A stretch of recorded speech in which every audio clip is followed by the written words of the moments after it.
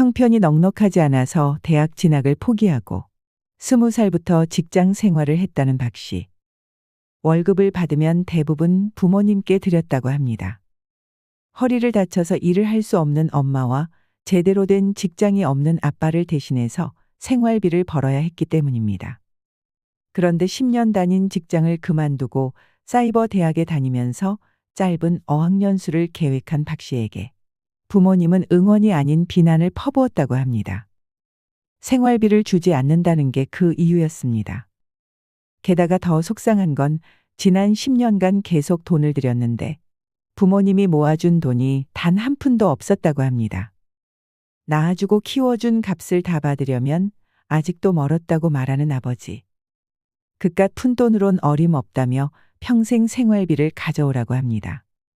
과연 부모님을 부양하는 책임은 어디까지 해야 하는 걸까요?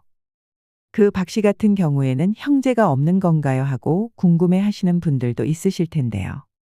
형제가 없었던 건 아닙니다. 그런데 왜 부모님 부양 책임을 다 혼자 지고 있었던 걸까요? 이 사연의 주인공은 3남매 중에서 둘째인데요. 언니는 일찍 결혼을 했고 남동생은 군대를 제대하고 취업을 준비하고 있다고 합니다. 박 씨 혼자 용돈을 드린 건 아니었고 결혼한 언니도 취준생인 남동생도 부모님께 생활비를 드렸다고 하는데요. 이렇게 3남매가 매월 돈을 들였는데 아버지는 계속 부족하다고만 했다고 합니다. 박 씨는 언제까지 또 얼마나 생활비를 더 드려야 하는 걸까요? 박 씨의 상황이 무척 안타까운 것 같습니다. 이 부모님의 경우 경제활동을 전혀 안 하시는 건 아니라고 합니다. 일단 아버지는 공사 현장 일용직으로 일을 했고 어머니는 식당에서 일을 하셨다고 합니다. 그런데 몇 해 전 어머니가 허리를 다쳐서 식당 일을 제대로 할 수 없는 상황이 됐고 그래서 돈을 벌 수 있는 것이 아버지뿐이었는데 일용직이라 일하지 않는 날이 일하는 날보다 더 많은 상황이었다고 합니다.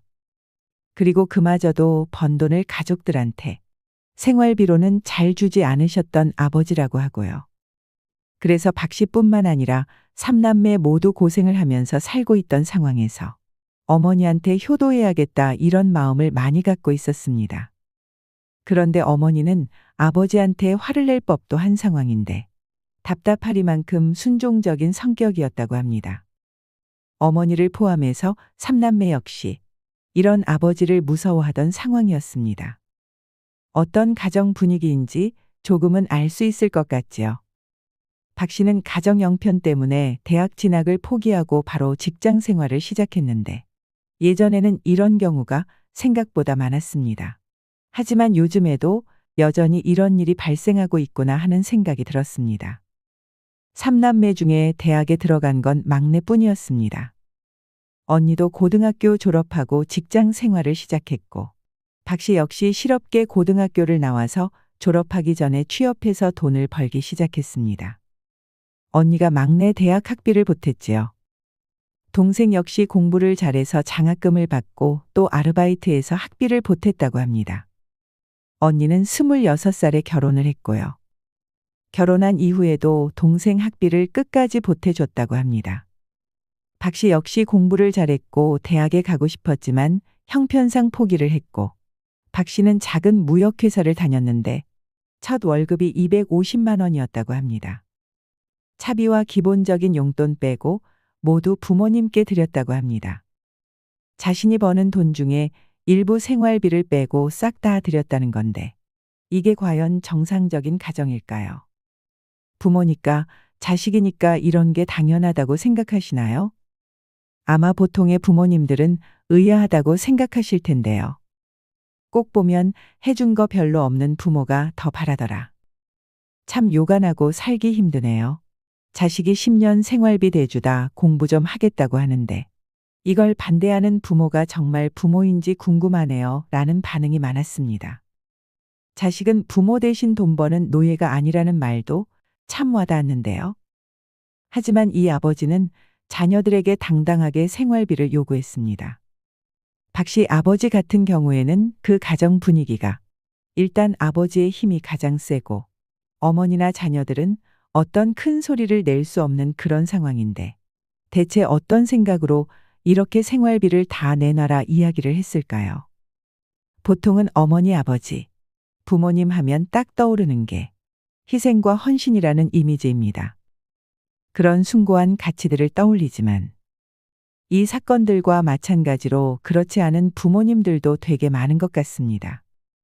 가정의 중심이 본인인 그런 아버지, 어머니들은 대놓고 착취를 하기도 하고 은근히 뒤에서 간접적으로 착취를 하는 경우도 많이 있습니다. 일단 박 씨 아버지 같은 경우에는 내가 너희들을 다 키워놨으니 그만큼 나에게 갚아라 이런 의미인 것 같은데 자녀에게 생활비를 요구하는 부모. 여러분은 어떻게 생각하시나요? 어느 정도 생활비를 받는 것이 당연하다고 생각하신다면 얼마 정도가 적절한 걸까요? 박 씨는 10년 동안 직장 다니면서 받은 월급 중 일부 생활비 빼고는 가족 생활비로 다 쓴 상황이 되었습니다. 월급이 많지는 않았지만 최소한의 생활비를 빼놓고는 100만 원 넘는 돈을 매달 아버지한테 드린 건데요. 그러면서도 심정은 이랬다고 합니다. 설마 이 돈을 아버지가 다 쓰시겠나? 일부 어느 정도는 자신을 위해서 모아줄 것 아닌가 했다지요. 예금이든 적금이든 모아두시지 않으셨을까 이렇게 생각했다는 겁니다. 하지만 실제로 알고 보니까 아버지는 그런 상황이 아니라 딸이 생활비를 도와드리지 않으면 당장에 전기세와 수도세 낼 돈도 없던 상황이었다고 합니다. 박 씨는 10년 넘게 직장 생활을 했지만 이제 30살인 상황이고 더 늦기 전에 공부를 해야겠다고 마음을 먹었다고 합니다. 그래서 사이버 대학에 다니면서 짧은 어학연수도 계획 중이라고 하는데요. 무역회사에 다닌 경력을 살리기 위해서 외국어 공부를 열심히 하고 평소에 인터넷 강의로 공부를 했습니다. 더 늦지 않게 어학연수를 가야겠다고 마음을 먹고 이 말을 전하면 늦기 전에 공부하겠다는 딸을 아버지가 응원해 주시지 않을까 이런 생각을 했었는데 아버지는 오히려 딸이 직장을 그만둘까봐 전전긍긍했습니다. 아버지가 이런 말씀도 하셨다고 합니다. 공부하는 건 너의 자유지만 생활비를 안 주면 가만히 두지 않겠다. 이런 표현도 했다고 합니다. 본인뿐만 아니라 언니와 남동생도 매월 아버지한테 생활비를 보내주고 있었는데도 말이지요. 그래서 삼남매가 그동안 아버지한테 드린 돈을 다 합치면 몇 억 원에 이를 것이다. 이렇게 추정을 하고 있습니다. 상당히 많은 돈을 가져간 상황인데 여러분은 자녀가 어릴 때 용돈 받고 세뱃돈 받으면 어떻게 하셨나요? 부모님께서 가져가신 경우도 많으실 텐데요. 그렇게 가져가실 때 엄마가 잘 모아줄게, 통장에 저금해 줄게 하고 가져가시는 분들이 많습니다. 엄마가 잘 가지고 있다가 나중에 너가 크면 줄게 그렇게 많이 하셨을 겁니다. 그렇게 모아서 아이가 필요한 물건을 사주거나 했겠지요. 사실 이것도 법적인 근거가 있습니다. 법적으로 부모는 미성년자인 자녀가 가지고 있는 재산을 대신 관리할 수 있는 법정 대리인입니다. 권한이 있습니다. 하지만 항상 모든 종류의 법정 대리인들은 선량한 관리자의 주요 의무라는 게 따릅니다. 과연 이 사람이 선량하게 아이를 위해서 관리한 것이냐 아니냐를 따져봐야 하는 것입니다. 제가 어렸을 적에도 제가 용돈을 받고 세뱃돈을 받으면 부모님이 가져가셨습니다. 내가 불려서 줄게라고 하셨는데 저는 초등학교 때 그걸 못 받는 거구나 라고 깨닫고 나서 그 다음부터 안 드리기 시작했습니다. 제가 따로 모았지요. 그제서야 좀 경제관념이 좀 생기기도 하고 내 돈에 대한 책임감도 생겼던 것 같습니다. 사연으로 다시 돌아가서 삼남매 모두가 아버지에게 이런 식으로 돈을 다 드렸는데 이런 아버지의 요구를 어째서 거부할 수 없었을까 생각해보면 굉장히 자기중심적인 그런 부모들은 자녀들의 죄책감을 이용한다고 합니다. 자식들에게 죄책감을 심어준다고 합니다. 그 유명한 말이 있지요. 내가 너를 어떻게 길렀는데 네가 어떻게 나한테 이럴 수가 있어. 이런 것들을 얘기하면 자식들이 앞에서는 어머니 아버지하고 싸움도 하고 반항도 하는데 뒤돌아서면 죄책감이 너무 밀려오는 겁니다. 어머니 아버지가 저렇게 힘든데 전기세도 못 냈는데 내가 이걸 안 된다고 얘기하면 내가 나쁜 딸인가 보다 하게 되는 것입니다. 박 씨도 이런 마음으로 살아오지 않았을까 합니다. 뒤돌아서면 죄책감을 불러일으키기 때문에 결국에는 다시 또 돈을 주게 되는 그런 악순환에 들어가게 되었던 것입니다. 하지만 박 씨도 이제 결단이 필요할 것 같아서 마음을 먹었다고 합니다. 어학연수를 다녀오면 더 이상 아버지한테 생활비를 보내지 않고 남동생과 독립을 선언할 거라고 말씀드렸다고 하는데요. 그러자 아버지는 지금껏 푼돈 몇 푼 주고 왜 이렇게 유세냐라는 반응을 좀 보였다고 합니다. 이런 반응에 박 씨는 서러워서 눈물이 흘렀다고 하지요. 이 사연에 저는 몇 가지 궁금증이 생겼습니다. 첫 번째 궁금증은 부모 부양의 책임은 어디까지 해야 하는 걸까 하는 것입니다. 가족들끼리 서로를 돌본다는 게 부양인 건데요. 그런데 아주 쉽게 생각하면 미성년 자녀에 대한 부모의 책임만큼 큰 책임은 없습니다. 법적인 책임도 그렇지만 부모님들이 스스로 지는 책임도 마찬가지입니다. 물론 우리가 자라면서 부모님께 받은 것은 어떻게 해서도 갚을 수 있는 그런 건 돈으로 따질 수 있는 문제가 아닙니다. 그런데 이후에 아이가 자라서 성년이 된다면 어른들끼리 서로를 도와주는 일이 됩니다. 부모 자식을 떠나 어른이라고 한다면 스스로 경제를 끌어갈 수 있고 스스로 자기를 책임질 수 있어야 합니다.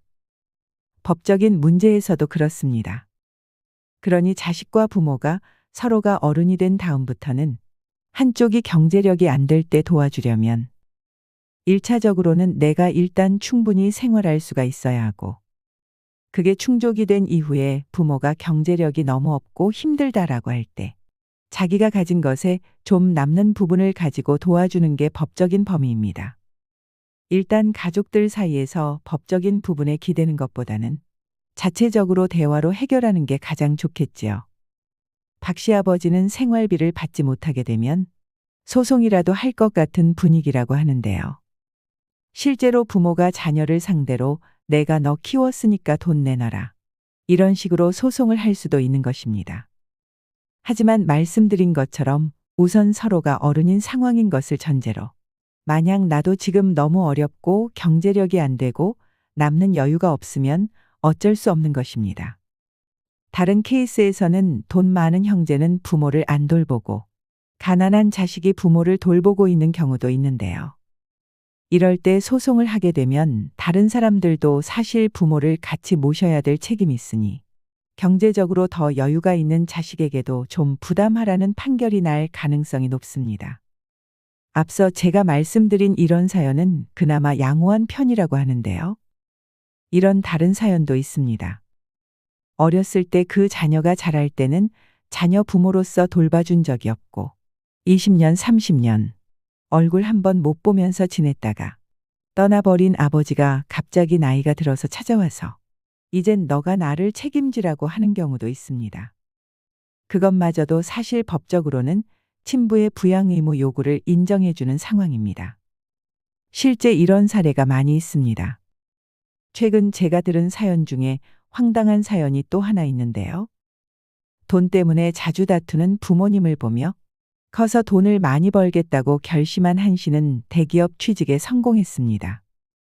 하지만 좋은 직장에 들어갔으니 그동안 키워준 은혜를 갚으라는 부모님의 강요가 점점 버겁게 느껴졌다고 합니다. 아버지가 허리를 다쳐 일을 할 수 없게 된 후로 가족의 생활비를 오롯이 한 씨가 책임지고 있는데요. 얼마 전 한 씨가 직원들이 살 수 있는 사원 임대 아파트에 입주해 독립을 하게 되자 부모님이 한 씨에게 양육비 반환 계약서를 내밀었습니다. 키워줬으니 월 200만 원씩 20년간 양육비를 갚으라는 게 계약서 내용이었습니다. 그 이후 양육비 송금이 하루만 늦어도 계약서를 들고 회사 앞으로 찾아와 돈을 요구하는 부모님. 여러분은 어떻게 생각하시나요? 한 씨는 정말 계약서에 적힌 대로 앞으로 20년 동안 부모님께 양육비를 갚아야 하는 걸까요? 한 씨의 아버지는 미장 기술자였기 때문에 형편이 크기 어려웠던 것은 아니었는데요. 그런데 어머니의 씀씀이가 좀 컸다고 합니다. 아버지는 쉬지 않고 일하지만 생활비는 늘 부족했고 부모님은 하루가 멀다 하고 돈 문제로 다퉜다고 합니다. 한 씨가 커서 돈을 많이 벌어야겠다고 다짐을 한 것도 이런 영향을 받았던 건데요.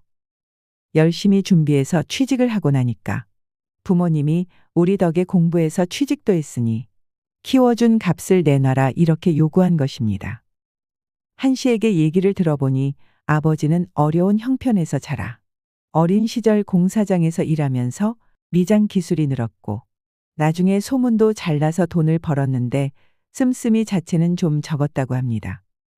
그런데 어머니 같은 경우는 시골 부잣집 출신이었는데 그래서 그런지 씀씀이 자체가 좀 컸다고 합니다. 큰 오빠가 부모님 재산을 모두 쓰면서 사업을 하다가 실패하면서 가세가 기울었는데 이 어머니의 씀씀이는 줄어들지 않았다고 합니다. 명품이나 스카프 같은 것을 사다가 카드값 때문에 힘들어하기도 했고 그 때문에 부부싸움 하는 모습을 많이 목격했다고 합니다. 소시적에 잘 나갔다고 계속 그 시절 생각하면서 지낼 수는 없는 거 아닌가요? 아이가 부모로부터 돈을 받지 않으면 아이는 성장할 수 없는 것이고 자녀가 미성년자 때까지는 부모가 아이를 키우는 거라고 하죠. 그런데 그 의무를 이행하는 엄마 아빠가 딸이 성장해서 대기업에 들어갔으면 격려해주고 칭찬해주고 정말 자랑스러워 해야 되는데 그런 말은커녕 야, 이제부터 200만 원씩 20년 동안 내놔 하는 이런 행동을 하는 게 맞는 걸까요?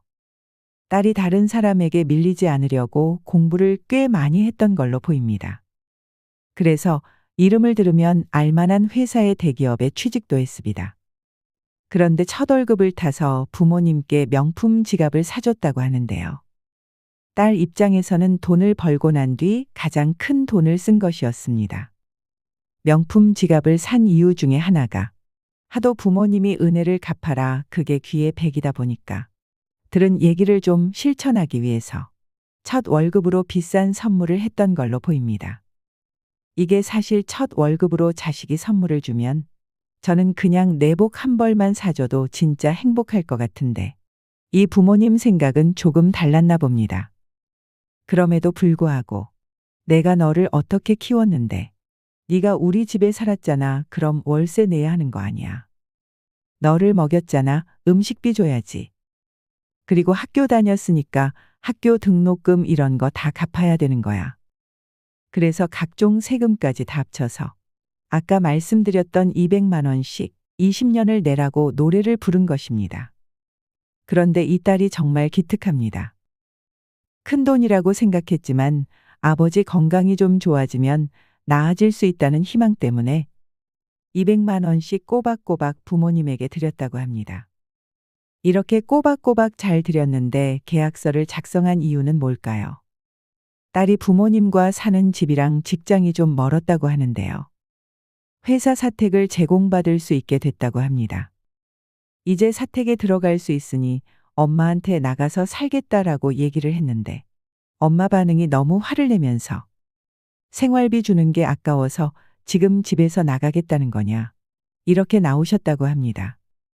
그러면서 계약서를 쓰자라고 해서 계약서를 쓰게 됐는데 처음에는 어쨌거나 이제 키워주셨으니까 그걸 보답하는 것은 원래 드리려고 했던 거였다라고 생각했기 때문에 크게 문제 삼지 않고 계약서를 썼다고 합니다. 부모가 재산을 미리 증여해주면서 효도 계약서를 쓰는 건 있다지만 부모 자식 간에 이런 경우는 처음 들어보는 것 같은데요. 제가 볼 때는 이제 이 집에서 제일 문제가 되는 게 바로 어머니입니다. 예전부터 이 어머니는 결혼 생활하면서도 자기 남편이 벌어온 돈을 가지고 이까짓것 벌어오느냐 했다고 하는데요. 그런 얘기를 자식 앞에서 하게 되면 당연히 부부싸움이 나겠지요. 남편이라고 하는 존재는 아내의 격려를 먹고 사는 존재이기 때문입니다. 그러니까 얼마를 받든 간에 그렇게 얘기를 하면 안 되는데 자식 앞에서 하도 돈 문제로 싸우다 보니까 이 자식의 마음속에는 내가 무조건 돈을 벌어야 되겠다라고 하는 독한 마음이 생긴 것입니다. 어떻게 보면 그게 자식에게는 긍정적인 측면이 아니라 돈에 한이 맺혀가지고 살게 된 것입니다. 그런데 여기에 또 엄마가 너 계약서부터 써라고 말했다니 얼마나 한탄스러운 일인가요? 제가 볼 때는 우리 부모님들이 꼭 기억을 하실게. 자식들에게 지나치게 가혹하게 하시면 나중에 자식이 부모와의 끈을 놔버린다는 사실입니다. 그렇게 되면 정말 남보다도 더 못하게 됩니다. 이렇게 계약을 써가지고 월 200만 원씩 제가 계산을 해보니까 한 5억 정도 되더라고요. 20년 동안 학원비 몇 번 내주고 키워줬다라고 해서 5억을 내놓으라고 하니 노예 계약이죠. 그러면 나중에는 자식이 지쳐서 떠나가 버립니다. 그러니까 이 돈이 중요한 것이 아니라 정말 자기 인생에서 제일 소중한 재산인 자식을 잃어버린다는 사실을 기억해야 합니다. 자식을 자기 손으로 떨어뜨려 버리는 꼴입니다. 그러니 자식에게 서운하고 섭섭해도 너무 가혹하게 하시면 절대 안 되고 자식에게 너무 기대하지 말고 나를 돌아보셔야 합니다. 항상 마음으로서 끈이 연결돼 있어야 되는데 이 어머니는 제가 볼 때 지금 나이가 어떻게 되는지는 모르겠지만 인생을 굉장히 헛사신 게 아닌가 하는 생각이 들 정도입니다. 자식이 부모님 용돈을 드리고 싶어서 드리는 거면 누가 뭐라고 합니까? 그런데 액수까지 정해서 계약서까지 쓰라고 하니 몇 억을 버는 사람은 뭐 그럴 수 있겠지만 이제 신입사원인 자식이 그렇게 해줄 형편이 되지는 않겠지요. 자식에게 계약서를 작성시켜서 정기적인 채무를 지금 물고 있는 상황이기 때문에 채무를 평생 부담하는 계약서를 작성했다는 사실만으로도 딸도 정말 답답한 날들이었을 거라고 생각됩니다. 아마도 제 생각에 이 딸은 어려서부터 가스라이팅을 당한 게 아닌가 이런 생각도 들었습니다. 그런데 이 착한 딸도 도저히 참을 수 없어서 팡 터진 계기가 있었다고 합니다. 만약 자식이 여러분께 10만 원을 빌렸다고 합시다. 그런데 자식이 돈을 갚기로 한 날짜가 되었는데 돈이 안 들어왔어요. 그러면 보통의 부모들은 어떻게 할까요? 아마 다음 날까지 기다릴 것입니다. 그런데 이 어머니는 그 다음 날 바로 회사로 찾아와서 10만 원 왜 안 갚는 거야? 이러고 따졌다고 합니다. 왜 너는 먹고 살 만큼 사는데 엄마를 굶어 죽이려고 하냐라는 이야기를 하면서 회사 와서 굉장히 큰 소란을 일으켰다고 합니다. 딸의 입장에서는 이게 얼마나 억장이 무너지는 일이겠습니까? 그래서 딸은 엄마 이제 나 다시 엄마한테 돈 못 보낼 것 같아라고 했다고 합니다. 그러자 엄마는 계약서를 들고 경찰서에 찾아가서 고소하겠다고 하면서 또다시 회사로 찾아와 큰 소란을 일으켰다고 합니다. 여러분, 여기서 궁금한 부분이 있으실 텐데요. 부모의 키워준 값, 부모님의 요구에 작성한 양육비 반환 계약서. 이거 정말 법적 효력이 있을까요? 계약서는 의사의 합치를 적어 놓은 거고, 굳이 계약서를 작성하지 않더라도 의사의 합치가 있다면 계약으로서 효력이 생길 수가 있습니다. 다만 그 계약이 선량한 사회의 기타 질서 풍속에 반한다면 무효가 될 수 있는데요. 과연 부모가 자식을 키워주는 이 부양비, 이게 계약에 해당할 수 있는가도 쟁점이 될 것입니다. 그런데 우리 민법에서는 부모는 자식을 무조건적으로 부양하도록 되어 있습니다. 이른바 1차적 부양이라고 합니다. 의무라고 하는데, 그러니까 콩이 하나 있으면 자식들을 먹여주라는 게 민법의 취지입니다. 하지만 앞서 말씀드렸다시피 자식들이 부모를 부양하는 것은 내가 먹고 남는 게 있을 때 주라고 돼 있습니다. 지금 그 계약은 선량한 풍속에 반하는 계약이 되기 때문에 무효가 됩니다. 계약이 무효이기 때문에 이 따님이 부모님한테 이전에 줬던 돈들도 소송을 통해 다시 돌려받을 수 있습니다. 보통 우리 부모의 시각으로 보면 자식이 안쓰럽지 않나요? 그래서 내리 사랑이라고 하지요. 우리 부모에게 그런 사랑을 받았기 때문에 마음으로 효도하는 것이지 어떤 대가나 계약 관계로 이루어지는 것이 아닙니다. 그러니까 이 어머니는 자식과 부모 관계에 있어서 어렸을 때 부잣집 딸이었는지는 모르겠지만 그야말로 인성교육 같은 것은 좀 덜 받으신 게 아닌가 생각이 듭니다. 지금이라도 빨리 반성하시고 자식을 잃지 않는 것이 좋을 것 같다는 생각이 듭니다. 오늘은 낳아주고 키워준 값을 얼마나 어떻게 주어야 하는지, 과연 부모님을 부양하는 책임은 어디까지 해야 하는지에 관한 이야기를 나눠봤습니다. 여러분의 생각은 어떠신지 경험을 댓글로 공유해 주시면 많은 분들께 도움이 될 거라 생각합니다. 오늘 이야기와는 반대로 자녀 때문에 골머리 앓는 부모님도 많습니다. 요즘에는 증여 무효 소송을 선택하는 부모님들이 많은데요. 자녀가 부모 재산을 너무 많이 가져갔는데 책임을 다하지 않을 때 발생합니다. 제가 아는 분은 상가가 하나 있었는데 내가 이제 나이 들어서 경제 활동을 하기 어려우니까 이 상가 이제 너가 관리해라 라고 자녀 앞으로 넘겨줬는데 그 다음부터 자녀가 모른 채 하는 겁니다. 그런 경우에는 부모가 나를 잘 모시기로 약속하고 상가를 준 건데 왜 모른 채 하냐 하고 자녀와 다투는 경우가 있습니다. 자식에게 미리 재산을 넘겨주었을 때 좋은 점도 있지만 나쁜 점도 많다고 하는데요. 다음 영상에서는 내 재산을 과연 자녀에게 미리 넘겨주는 것이 좋은가에 대한 이야기를 전해드리겠습니다. 영상이 마음에 드셨다면 구독과 좋아요, 알림 설정 부탁드리겠습니다. 이상으로 시니어에 대한 모든 것. 시니어 연구소였습니다.